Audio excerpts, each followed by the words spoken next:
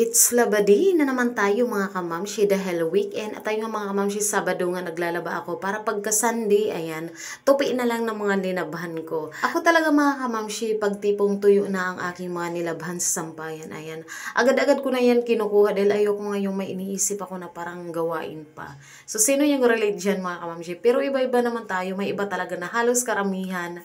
Kung kailan tuyo na yung mga damit, ayan, pinapabot pa nila ng mga ilang araw bago matupi. Pero sabi ko nga, iba-iba naman tayo.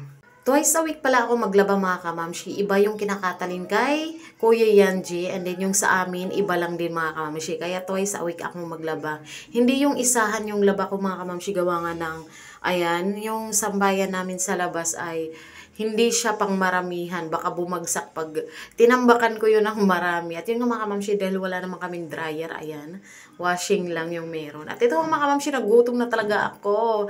Tanghali na to dito mga kamamshi, nakikinig na ako dito ng papadulot habang kumakain. Nagugutom na talaga ako ng sobra dito mga kamamshi dahil parang nanginginig-nginig na ako sa gutom. At tiniis ko nga lang yun mga kamamshi hanggat hindi ko tinigilan na matapos ang aking paglalaba. Ganun talaga ako mga kamamshi, ayoko nang patigil-tigil sa paglalaba. Unlike sa aking asawa pag naglaba yan mga kamamshi, kahit kunti lang, abutan yan talaga ng maghapon kasi pag banlaw niya, ayan, magpapahinga siya hanggang matutulog na lang siya. And then, kung kailan mga kamamshi isasampay na, ayan, abutan pa ng mga ilang oras bago isampay, ganun siya maglaba.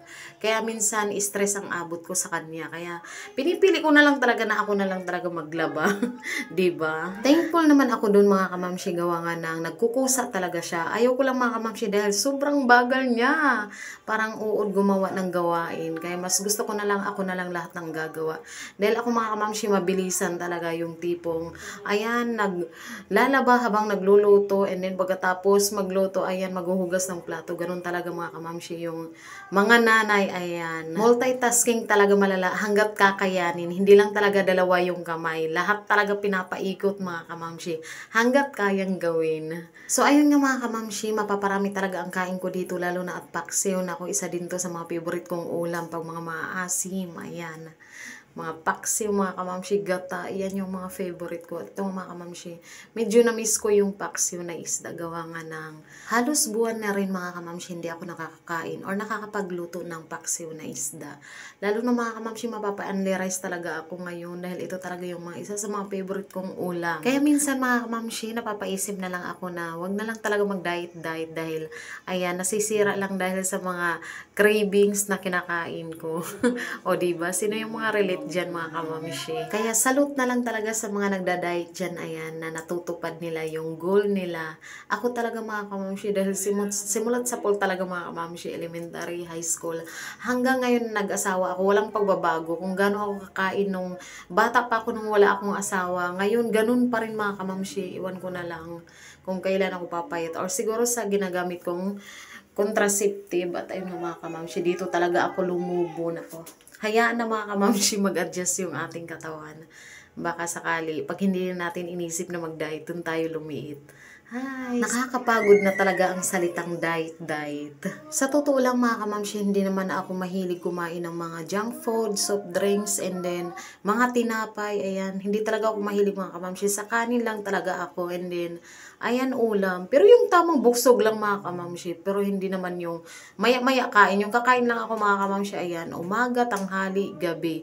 Yun lang mga kamamshi. Pero nagbawas ako ngayon mga kamamshi, kumakain ako ng isang beses lang or twice mga kamamshi, depende pag gabi, pag medyo gutom ako, ayan, kumakain ako ng konti. Pero yung pinakakain ko talaga yung parang extra rice ako, ayan, sa tanghali talaga mga kamamshi. Pero di ko alam ba't lumulubo talaga ako, kaya nagtaka ako. Siguro sa ginagamit ko ang contraceptive. Dati naman mga kamamshi, ayan, paiba-iba ako ng pills. Halos mga 3 or 4 akong iba-ibang brand ng pills. Tumimbang talaga ako dun mga kamamshi, yung akala ko talaga ang laki-laki ko na. Pero mga kamamshi, 59 kilos lang ako. Pero ngayon mga kamamshi, grabe talagang lobo ko ngayon dahil umabot talaga yung weight ko ngayon mga kamamshi ng 66 kilos. Di ko alam mga kamamshi kung dagdagan pa ngayon. Di ko alam kung 70 kilos na ako. Kaya ngayon mga kamamshi, nag-iisip-isip na ako kung ano pa ang gagamitin kong contraceptive. Yung tipong hindi talaga ako lalaki. Dahil pa-expired na din yung implant ko mga kamamshi. By me, ayan, ipapatanggal na yan. Kailangan talaga mga kamamshi, may gamitin na akong control. Ayan, baka mamaya majuntis na naman tayo. Naku, wag naman sana. Ayoko na talaga. Please, Lord. Ang hirap mga anak. Kayo mga kamamshi, ano bang gamit yung contraceptive para hindi mabuntis? Share naman dyan. Hanggang dito na lang ang aking video mga kamamshi. Thank you for watching.